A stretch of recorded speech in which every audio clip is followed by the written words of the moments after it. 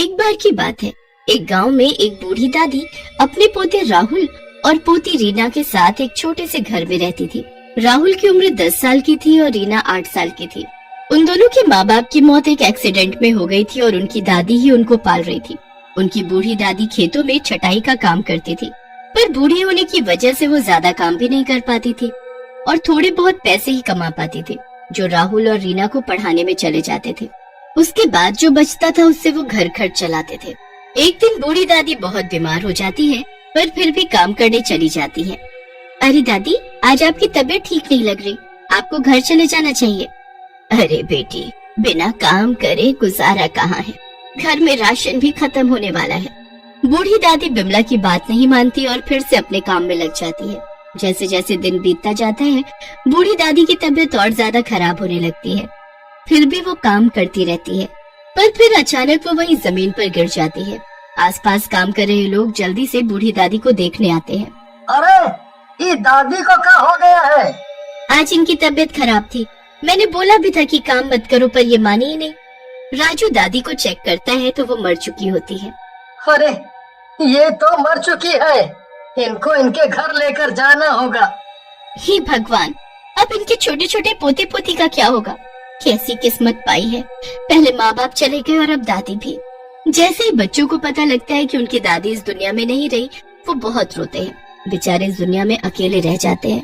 दूर दूर तक उनका कोई रिश्तेदार उन्हें देखने नहीं आता। बेचारे बच्चे अपने उस छोटे से घर में अकेले एक कोने में बैठे एक दूसरे को देख देख कर बस रोते ही रहते हैं। तू मत रो रीना, हम एक दूसरे का ध्यान रखेंगे। दादी ने हमें सिखाया था ना कि हमें कभी नहीं डरना और हमेशा हिम्मत रखनी है। हाँ, पर दादी की बहुत याद आ रही है। याद तो मुझे भी आ रही है। जब तक वो हमारे सर पर हाथ फेर कर हमें कहानी सुनाकर हमें सुलाती नहीं थी, तब तक हमें नींद कहाँ आती थी। बेचारे बच्चे अपनी दादी को याद करते वहीं बैठे बैठे सो जाते हैं। अगले दिन वो खुद तैयार होकर स्कूल चले जाते हैं। फिर कुछ दिन तो निकाल लेते हैं, पर फिर जब घर का सारा राशन खत्म हो जाता है तो उनको चिंता होने लगती है। भैया, घर में तो कुछ भी खाने को नहीं है, अब हम क्या खाएंगे? क्या सब खत्म हो गया क्या? क्या घर में पैसे भी नहीं है? नहीं, मैंने पूरा घर देख लिया, घर में एक भी पैसा नहीं है। अब उन दोनों को कुछ समझ नहीं आता कि करे तो क्या करे। वो फिर पड़ोसियों के पास जाकर मदद मांगते हैं। एक दो लोग उनको कुछ खाने को दे देते हैं, पर घर आकर वो अगले दिन के लिए परेशान होने लगते हैं कि कल क्या खाएंगे।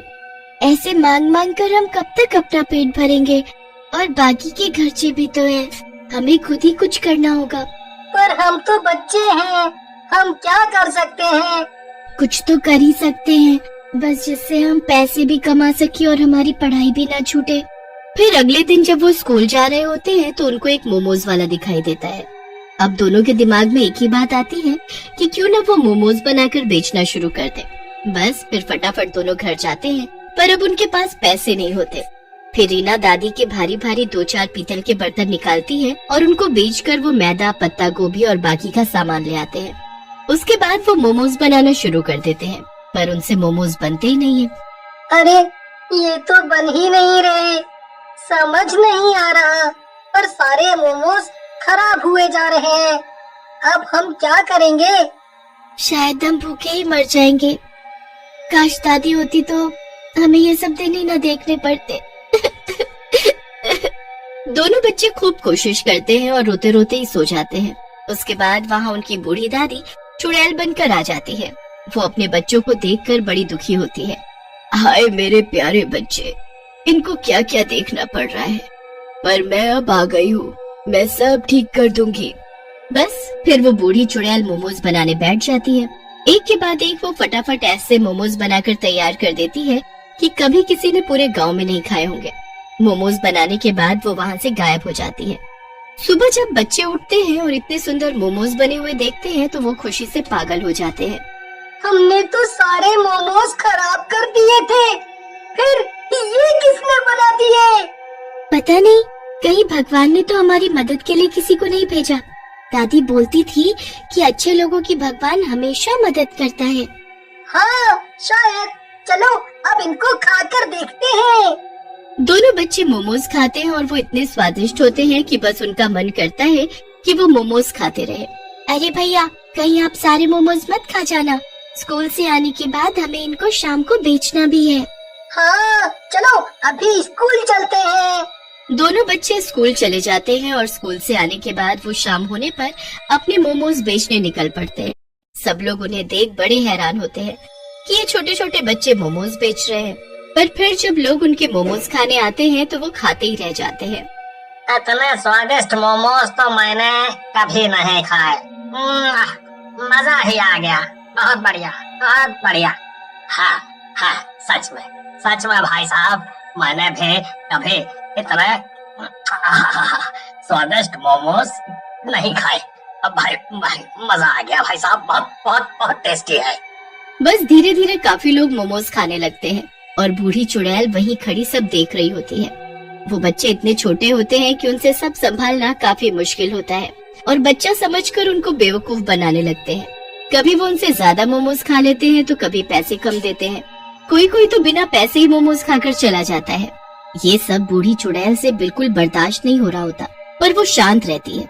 फिर बच्चे मोमोज बनाने का और सामान लेकर रख देते हैं और उनको पूरी उम्मीद होती है कि भगवान उनकी मदद करने फिर से आएंगे।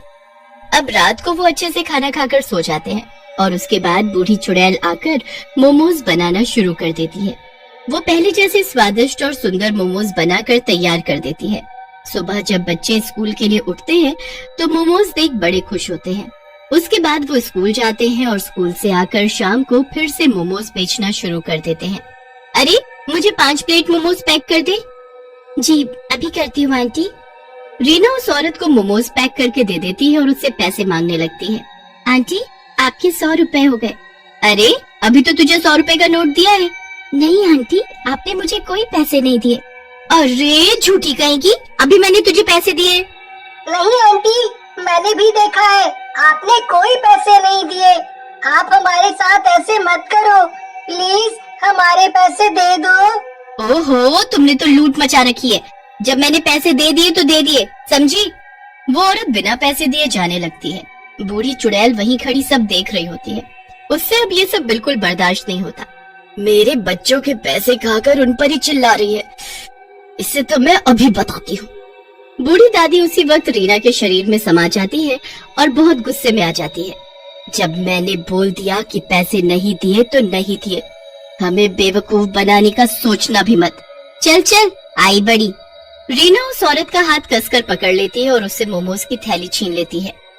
हाय हाय, इतनी सी लड़की के हाथों में इतनी ताकत। मैं ये फ्री के मोमोज नहीं ले जाने दूंगी।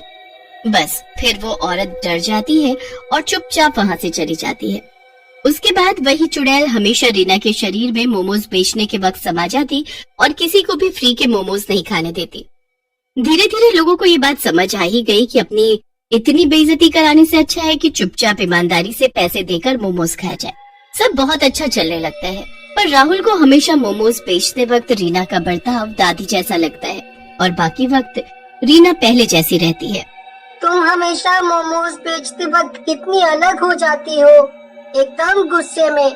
नहीं, ऐसा तो नहीं है। अरे ऐसा ही है, तुम्हारी वजह से ही तो सब लोग ईमानदारी से पैसे देने लगे हैं।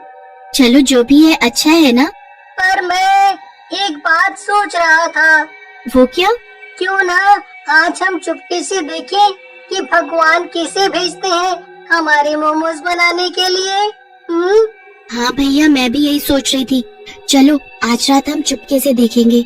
बस फिर उस रात दोनों बच्चे चुपके से देखने लगते हैं कि उनके मोमोज कौन बनाने आएगा। पर जब वो एक बूढ़ी चुड़ैल को वहाँ देखते हैं तो वो बहुत डर जाते हैं। चुड़ैल, ये तो चुड़ैल है। हाँ, क्या चुड़ैलें इतनी अच्छी होती हैं? पता नहीं, पर ये चुड़ैल तो हमारी मदद कर रही है। हाँ, और ये कितनी बूढ़ी है ना। देखो भैया, इस वाली चुड़ैल के हाथ में भी वैसा निशान है जो दादी के हाथ में था। अरे हाँ, मतलब ये हमारी दादी ही है। भगवान ने हमारी दादी को भेजा है हमारी मदद के लिए। दादी सच में? चलो ना दादी के पास चलते हैं। नहीं नहीं, क्या पता वो हमारे जाने से गायब हो जाए, वरना क्या वो खुद नहीं आती हमसे मिलने? हम उनको ऐसे ही देखते हैं। हाँ भैया, आप सही बोल रहे हो। उसके बाद बस उनकी जिंदगी ऐसे ही चलती रहती है। बूढ़ी चुड़ैल उनकी तब तक मदद करती है जब तक वो बड़े नहीं हो जाते। राजू बड़ा होकर इंजीनियर बन जाता है और रीना टीचर। जब बूढ़ी चुड़ैल अपने बच्चों को ऐसे देखती है तो बड़ी खुश होती है और उसकी आत्मा को शांति मिल जाती है।